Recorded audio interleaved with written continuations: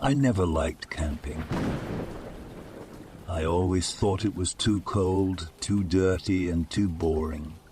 But when my boyfriend Jake suggested we spend Halloween camping outdoors, I agreed to go along with his idea.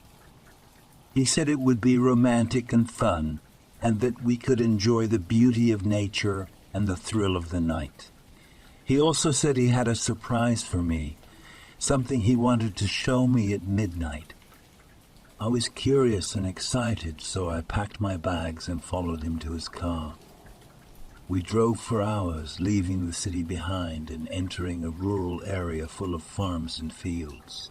Jake said he knew a perfect spot for camping, a secluded valley near the mountains where his uncle owned some land. He said his uncle rarely visited the place, and that we could have it all to ourselves.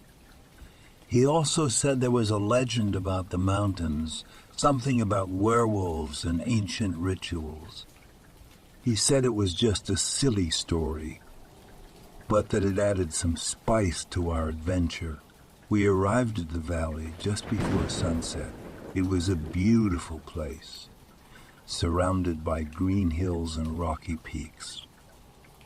There was a small lake in the center, reflecting the orange sky. Jake parked his car near a wooden cabin that looked abandoned and rusty.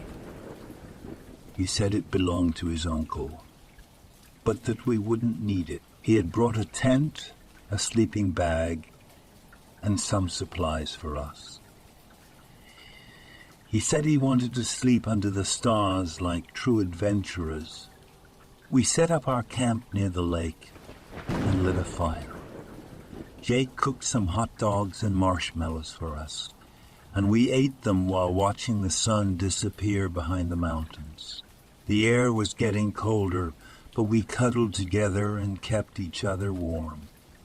Jake told me stories about his childhood, his dreams, and his feelings for me.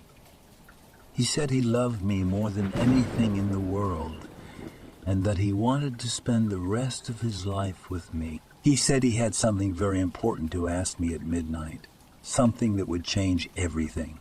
I smiled and kissed him, feeling happy and nervous at the same time. I wondered what he had in mind, what he wanted to ask me. Was he going to propose? Was he going to reveal some secret? Was he going to make some joke? I didn't know, but I trusted him. He was my soulmate, my best friend, my lover. He was everything to me.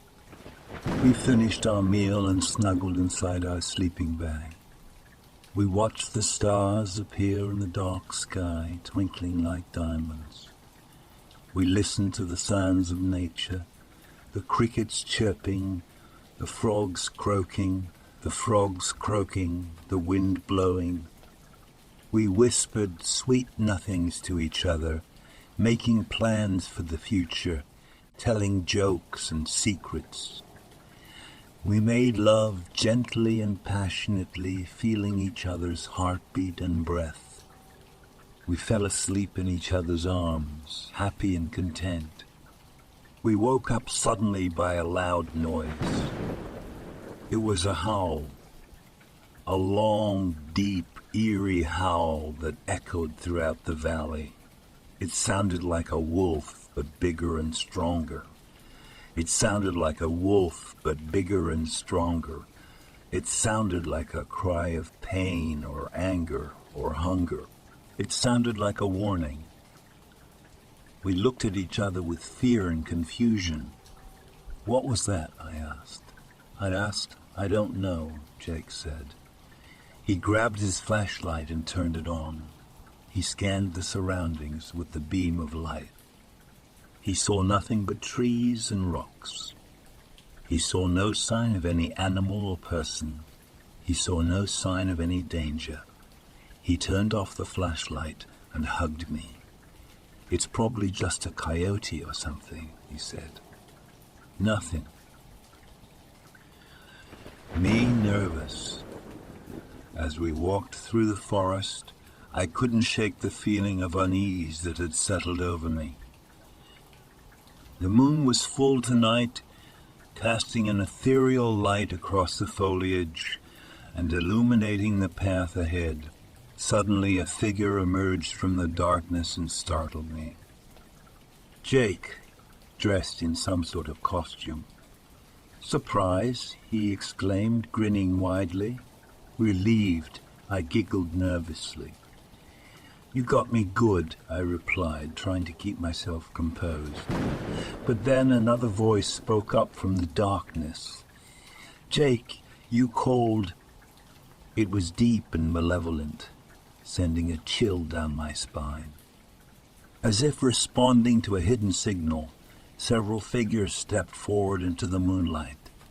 They appeared to be half-human, half-wolf-like creatures. In that moment, my worst fear came true. We weren't alone here after all. The creatures began to circle around us, baring their fangs and growling menacingly. One of them held up a silhouette in front of the moon, showing that we were completely encircled by these terrifying beasts. Without missing a beat, Jake sprang into action. He reached for the pocket knife, tucked into his belt, his face resolute as he faced the wolf's head. "On! Come to eat us," he challenged. "Think again." As one of the wolves lunged towards Jake, I instinctively reacted. With quick reflexes honed from years of martial arts training, I delivered a swift kick that sent the creature flying backward. Soon, chaos erupted as the others joined the fight.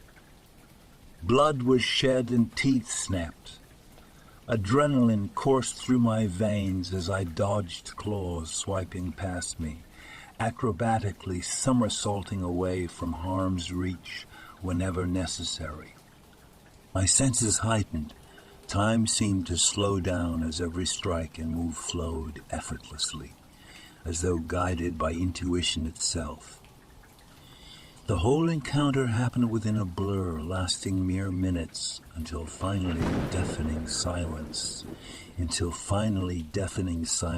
ensued once the threat had been neutralized.